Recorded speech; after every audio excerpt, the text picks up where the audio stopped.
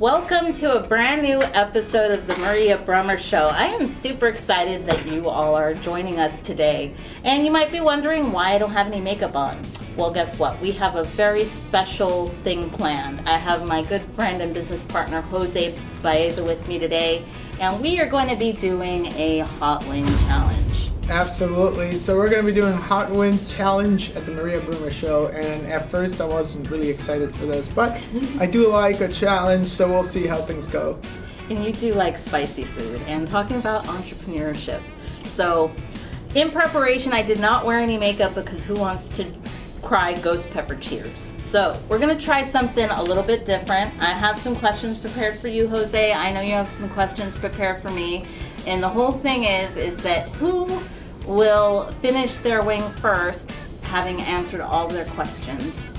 All right, let's get started. Do you want to go first? Yeah, so I guess the first thing that we're going to do is, as I ask a question, Maria will do her best to answer that question as she takes a bite on the hot wing with ghost pepper.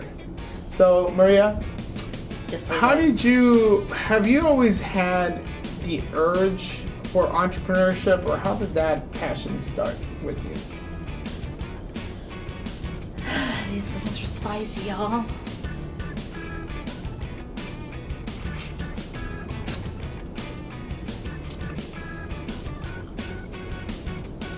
This is a very good question, Jose, and this wing is hot as spicy, really spicy. The answer to that question is yes. And I've always been business-minded. Way back when, as long as I can remember, I have always been wanting to be my own businesswoman. My mom even told me one day, "You're going to be a businesswoman." My first business was on Sandy Creek Ranch when I was 23. It was a horse grooming and horse cookie business. It was really great. This was very, very hot. All right, Jose, it's your turn. If you had the choice to either start over with everything you know now and rebuild everything from scratch, or stay where you are today, which would you choose?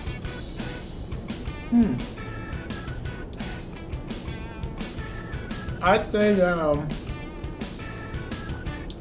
I would end up, if I know a lot of the things that I know now, more than likely I would do things way different, but I think other challenges would have arise, and that's because, again, it goes back to our previous challenges and things that we've gone through have built us. So I think I would end up doing it all over again, differently, but I still don't think it's going to be easier. No one said anything about it being easy, but it's always worth it. I guess it's Mike. All right. Out of all the horses that you've had, which of your horses was your favorite, and what was this passion about horses coming from?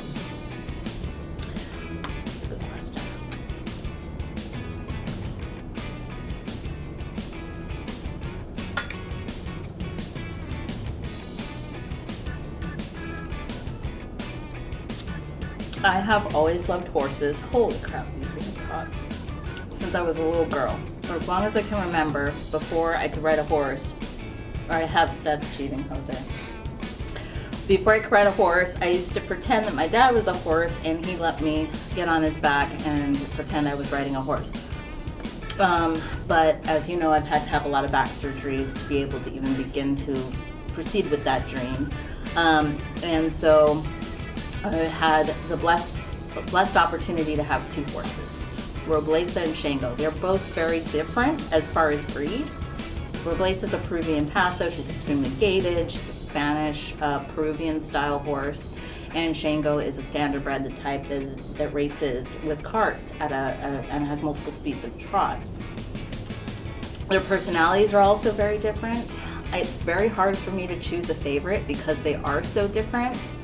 I love them both equally, but if I had to pick a favorite, just as far as diversity in writing and how much more writing I was able to do and enjoy, I would have to pick Shango. Just because we were able to ride up mountains, and we were able to do endurance rides, and we were able to do barrel racing, and we were able to like race other horses and win multiple times. Where Baeza was more of a different kind of riding, where we would do long trail rides at leisure. We would practice her gaits in the arena. We went camping with her once. That was really interesting. But she ended up going lame, so she couldn't be ridden too much after that. Got it. Okay. Alrighty, your turn. Batter up.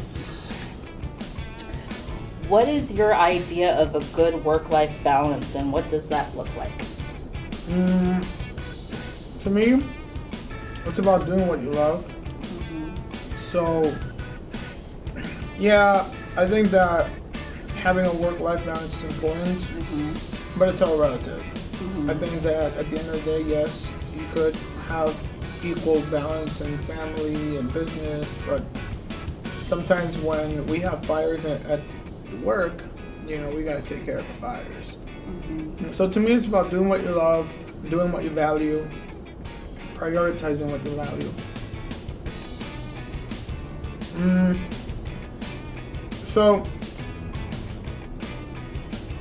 I know you mentioned a lot about horses, and that was one of the reasons why you actually became very fond of animals, and animals in general, especially like your dog and other types of animals. But one of them, I know that recently you've been doing your best to stay fit and travel more, as well as kind of being more out and about with your lifestyle on horses. How did you meet your new horse, Ruben? Because I know you ride him often. But how does that? We are not putting this in the video. How dare you? What? No. How does this horse? Okay. How does this horse? We can't use this. We cannot use this footage. How dare you? That is not a question you ask on the Maria Bruemmer show. This episode, you better pick a new question, because how dare you? First of all, my personal life will not be aired on this show. I'm talking about your horse. Are you though? Yeah. Okay. Tell us more about Ruben the horse. Ruben the horse is a very... How often do you ride him? Where does he stay? How did you meet this horse? Was he like in a stable? Was he gonna be dog food? Tell us a little bit more about this, because from what I understand, it wasn't you rescuing him. It was more like him rescuing you.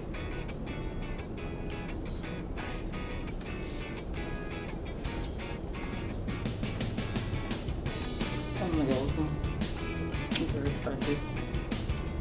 How often do you ride him? Not as often as I would like. Obviously, work gets in the way. I did have the pleasure of coming across him here in Chicago. He's a good, loyal little horse.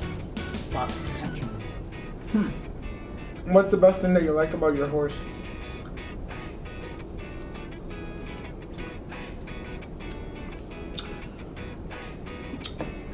And we have a good relationship built on trust.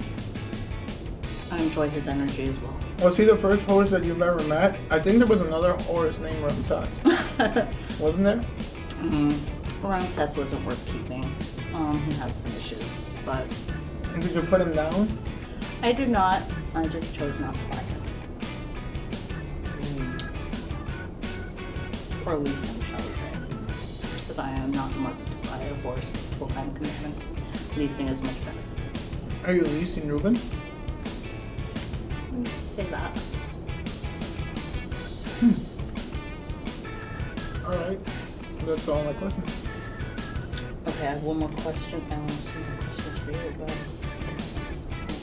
it's off my head. Obviously, you are very successful and have achieved so much, but is there any specific type of business that you would say is worth selling everything that you have to switch gears over for? I would say real estate. I mean, real estate has always been a business that has been proven to generate much wealth. And stability, in my opinion, it's still pretty good.